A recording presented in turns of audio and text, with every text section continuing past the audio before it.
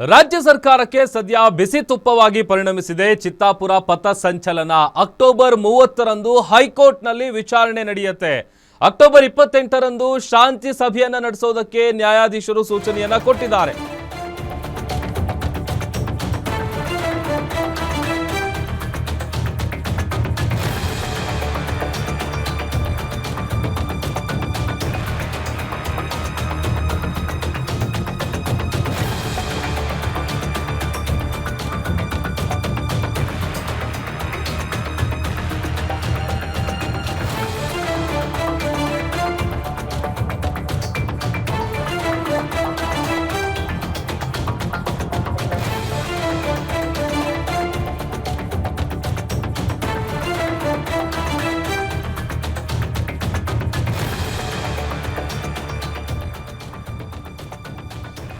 ರಾಜ್ಯ ಸರ್ಕಾರಕ್ಕೆ ಬಿಸಿ ತುಪ್ಪವಾಗಿ ಪರಿಣಮಿಸಿದೆ ಆರ್ಎಸ್ಎಸ್ನ ಪಥಸಂಚಲನದ ವಿಚಾರ. ಅಕ್ಟೋಬರ್ 30ರಂದು ನಿನ್ನೆ ಹೈಕೋರ್ಟ್ ವಿಚಾರಣೆಯನ್ನ ಮುಂದೂಡಿದೆ.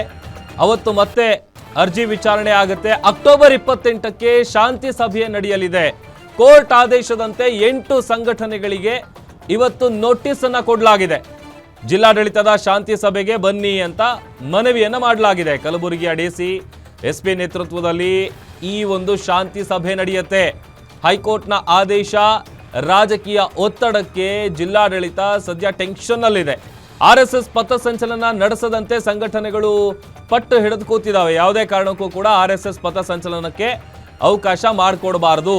ಒಂದು ವೇಳೆ ನೀವೇನಾದರೂ ಪರ್ಮಿಷನ್ ಕೊಟ್ಟರೆ ನಾವು ಕೂಡ ಅದೇ ದಿನ ನಾವು ಮೆರವಣಿಗೆ ಮಾಡ್ತೀವಿ ಅನ್ನುವಂಥ ನಿಟ್ಟಿನಲ್ಲಿ ಈಗ ಬೇರೆ ಬೇರೆ ಸಂಘಟನೆಗಳು ಕೂಡ ಮುಗಿಬಿದ್ದಿದ್ದಾವೆ. ಹಾಗಾಗಿ ಸರ್ಕಾರಕ್ಕೆ ದೊಡ್ಡ ಮಟ್ಟದಲ್ಲಿ ತಲೆನೋವು, ಅದರ ಜೊತೆಗೆ ಬಿಸಿ ತುಪ್ಪವಾಗಿ ಪರಿಣಮಿಸಿದೆ ಚಿತ್ತಾಪುರದ ಪಥಸಂಚಲನ.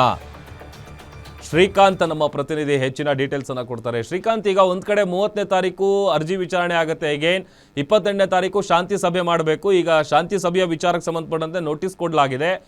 ಏನ್ ನಿರೀಕ್ಷೆ ಮಾಡಬಹುದು? ಎಸ್ ಪ್ರಭು, ಏನು ಅಂದ್ರೆ ಚಿತ್ತಾಪುರದಲ್ಲಿ ಆರ್ಎಸ್ಎಸ್ ಪಥಸಂಚಲನ ಸಾಕಷ್ಟು ಸಂಚಲನವನ್ನ ಮೂಡಿಸಿರುವಂತದ್ದು. ಏನು ನಿನ್ನೆ ಹೈಕೋರ್ಟ್ ನಲ್ಲಿ ಪಥಸಂಚಲನ ಕುರಿತು ವಿಚಾರಣೆ ನಡೆಯುತ್ತೆ.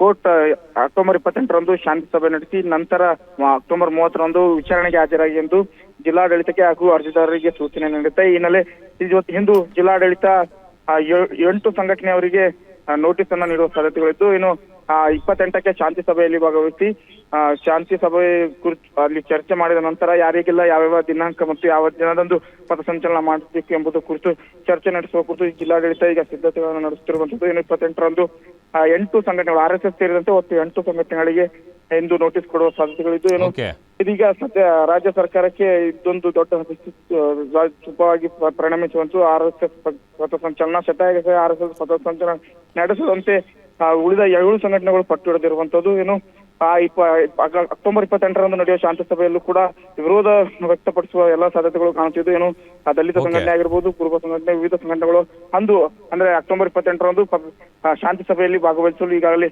ಜಿಲ್ಲಾಡಳಿತ ಇಂದು ನೋಟಿಸ್ ಕೊಟ್ಟು ಅವರನ್ನ ಶಾಂತಿ ಸಭೆಗೆ ಆಹ್ವಾನಿಸುತ್ತಿರುವಂತದ್ದು. ಪ್ರಭು, ಓಕೆ, ಥ್ಯಾಂಕ್ ಯು ಶ್ರೀಕಾಂತ್ ನಿಮ್ಮೆಲ್ಲ ಡೀಟೇಲ್ಸ್ಗಾಗಿ.